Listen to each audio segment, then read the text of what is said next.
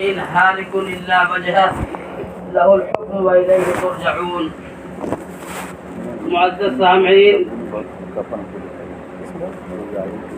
اللہ رب العزت کا بڑا احسان ہے کہ آج ہم تمام لوگ یہاں اکٹھا ہیں ایک ایسے عالم دین کا ذکر خیر کرنے کے لیے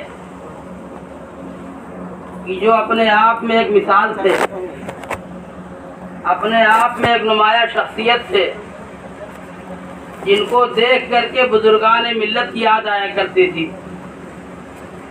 ایسی شخصیت بہت شادر و نادر نظر آتی ہے، جس کی طرف تمام لوگوں کا دل کھچا کھچا رہتا تھا۔ لوگ دور دراز سے حضرت سے ملاقات کرنے کے لیے تشریف لاتے تھے اور بے انتہا شفقت و محبت کا مظاہرہ حضرت فرماتے تھے۔ ان کے دسترخوان پر ہر دن مہمانوں کا ایک ہجوم رہتا تھا۔ ادھر آ کر کے طبیعت بہت خراب رہنے لگی تھی، ورنہ جب تک صحت تھی تو کبھی 20 آدمی، کبھی 25 آدمی۔ ایک مرتبہ اتفاق ایسا کہ ہم لوگ بھی پہنچے اور کسی کو کوئی اطلاع نہیں۔ حضرت نے فرمایا کہ کھانا کھا کر کے جانا ہے۔ بلا کھانا کھائے ہوئے نہیں جانے دیتے تھے کسی کو، اور نہ انکار کی گنجائش تھی کہ انکار کیا جاتا۔ فرمایا کہ شام کا کھانا یہی کھانا ہے۔ شام کو جب پہنچے ہم لوگ تو اس وقت 60 آدمی دسترخوان پر تھے۔ تو فرمایا کہ یہ اچانک یہ لوگ مہمان آئے ہوئے ہیں، اور خود اپنے دستے مبارک سے جو ہے پلیٹوں میں نکال نکال کر سب کو دیتے تھے کھانا۔ جو تربیت ان کو ملی ہمارے مدرسے میں، مدرسہ بدر الاسلام کی بڑی شان تھے یہ۔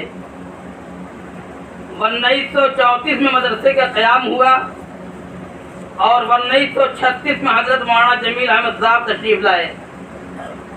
پھر غالباً 47 یا 48 کے سن میں حافظ صاحب مدرسہ بدر الاسلام میں تشریف لے گئے۔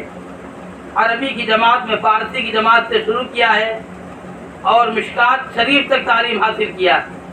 پھر اس کے بعد دارالعلوم دیوبند گئے اور 57 میں فراغت ہوئی۔ اس تعلیمی دوران میں حضرت مولانا جمیل احمد صاحب رحمۃ اللہ علیہ کے اخص الخاص شاگرد تھے اور بہت ہی خاص خادموں میں سے تھے۔ بڑا خلوص ان کے اندر تھا، جس کی وجہ سے حضرت والا کو تمام اساتذہ بہت زیادہ شفقت کی نگاہ سے دیکھتے تھے۔ بچوں پر بے انتہا مہربان۔ فراغت کے بعد حضرت مولانا حسین احمد مدنی شیخ الاسلام رحمۃ اللہ علیہ ہمارے مدرسے میں بارہا آتے تھے۔ علماء کا یہ ایک مرکز تھا، علماء دیوبند کا خاص طور سے، اور تمام مسلک کے علماء تقریباً یہاں آیا کرتے تھے۔ جب گزر ہوتا تھا تو یہاں آ کر کے تھوڑی دیر قیام کرتے تھے۔ تو حضرت مولانا حسین احمد مدنی نے پوچھا حضرت مولانا جمیل احمد صاحب رحمۃ اللہ علیہ سے کہ درجہ حفظ کی درسگاہ نہیں شروع کیا ہے؟ تو حضرت نے فرمایا کہ نہیں، درجہ حفظ کی درسگاہ نہیں شروع کیا ہے۔ تو فرمایا کہ درجہ حفظ کی درسگاہ شروع کر دیجیے، حفظ کا سلسلہ جاری کر دیجیے، قرآن حفظ کیا جائے۔ تو سب سے پہلے استاد حضرت مولانا قمر الدین ہی صاحب منتخب ہوئے، جو 6 سال مکمل کر کے وہاں سے پھر اپنے کسی مجبوری کی وجہ سے چھوڑے۔ پھر اس کے بعد 1986 یا 87 یا 82 وغیرہ میں ہم لوگ پڑھتے تھے۔ اس وقت حضرت پھر مدرس مقرر ہوئے حفظ کے۔ ہمارے دادا حضرت مولانا احمد صاحب رحمۃ اللہ علیہ اس وقت بیمار چل رہے تھے، تو خدمت کے لیے حضرت آیا کرتے تھے وہاں سے۔ تو جب آنے جانے میں دقت ہونے لگی تو وہیں رہنا شروع کر دیا، پڑھانا شروع کر دیا۔ تو ہم لوگوں کے بھی استاد تھے وہ، اور جتنی محبت کے ساتھ، جیسی شفقت کے ساتھ حضرت نے پڑھایا کہ جانے کے وقت ہر بچہ ان کے غم میں آنسو بہا رہا تھا کہ کاش کہ حضرت ابھی اور پڑھاتے، لیکن حالات آتے رہتے ہیں۔ اور ایسی صفات اللہ نے مہمان نوازی کی دیا تھا جو مومن کی خاص علامت ہے، اور کبھی غم ظاہر نہیں ہوا۔ ہمیشہ ہر حال میں اللہ کا شکر ادا کیا، اور ہر طرح سے मुतमईन रहा करते थे। किसी के आने पर बेइंतहा खुश हो जाना। और जब भी मौलाना आसिफ साहब ने बताया कि जब भी मजलिस में जाइए तो जिक्र खैर ही हुआ करता था उलमा का और अकाबिरीन का। वो अजीब सी कैफियत थी कि अगर ज़रा सा भी गीबत का कोई लफ्ज़ निकला तो उसी वक्त उस पर डांट पड़ जाती थी, और बड़ी मोहब्बत की डांट पड़ती थी कि वो चीज़ अच्छी लगती थी, हज़रत ने हमको डांट दिया है। कुछ ऐसे लोग होते थे जिस तरह से हज़रत मौलाना जमील अहमद साहब रहमतुल्लाह अलैह से मुलाकात और वहाँ क़याम करने बड़े बड़े उलमा इकराम आते थे। इंतकाल के बाद क़ारी तैयब साहब रहमतुल्लाह अलैह ने जो ख़त लिखा है उसमें लिखा कि अब इस लाइन पर सफ़र करने का मज़ा बाकी नहीं रह गया है। इस लाइन पर जब सफ़र होता था तो एक खुशी होती थी कि हज़रत मौलाना जमील अहमद साहब रहमतुल्लाह अलैह से मुलाकात होगी। इस लाइन पर सफ़र करने का मज़ा बाकी नहीं है। और सेम यही चीज़ हज़रत मौलाना जमील अहमद साहब के खादिम खास और शागिर्द खास हज़रत मौलाना कमरुद्दीन साहब के सिलसिले में मुफ्ती राशिद साहब ने जो बयान किया, जो अभी आपने सुना है, कि ऐसी कोई शख्सियत नहीं बाकी रह गई कि जिसकी मुलाकात के लिए इरादा किया जाए और नियत किया जाए। तो ये सब मिन जानिबिल्लाह मकबूलियत है। ये मकबूलियत इसादत बज़ोर बाज़ो नेज़ ता न बख्शत खुदाए बख्शिंदा। और मौत तो ऐसी चीज़ है कि जो हर हाल में आना है। मौत से किसको रुस्तगारी है, आज वो कल हमारी बारी है। हम सब को इस दुनिया को छोड़ करके जाना है। जिस तरह से आज हमारे हजरत हमारे दरमियान से रुखसत हुए, कोई शख्सियत बाकी नहीं रह गई है कि जिसको देखा जाए कि हाँ ये एक उलमा की एक यादगार है।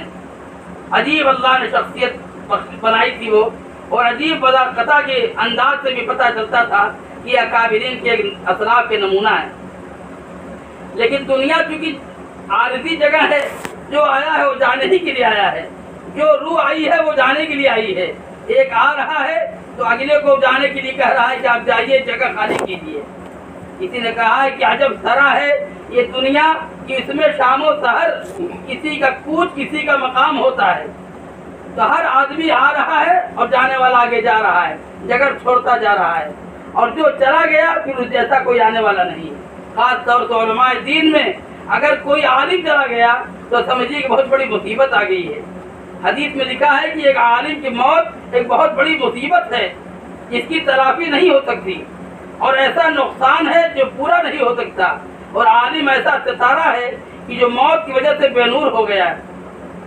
एक आलिम के जाने से इतना बड़ा नुकसान होता है। और आज हालात ये हैं कि हम उलमा की कदर नहीं कर रहे हैं, उलमा की शख्सियत को हम पहचानते नहीं। इल्म दीन से इतनी दूरी होती जा रही है।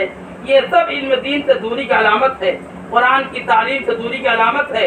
जितना ही दूर होंगे इल्म दीन से तो साहिब इल्म से हम तवज्जो हमारी हटी रहेगी। वरना उलमाए किराम ये अंबिया के वारिस है। इन्नल उलमा वरसतुल अंबिया व इन्नल अंबिया लम युरसु दीनारन वला दिरहमा। अंबिया के वारिस उलमा हैं, ये इल्म दीन के वारिस है। अंबिया ने दिरहम और दीनार नहीं छोड़ा, इल्म छोड़ा है, और उस इल्म की जिम्मेदारी उलमा पर है।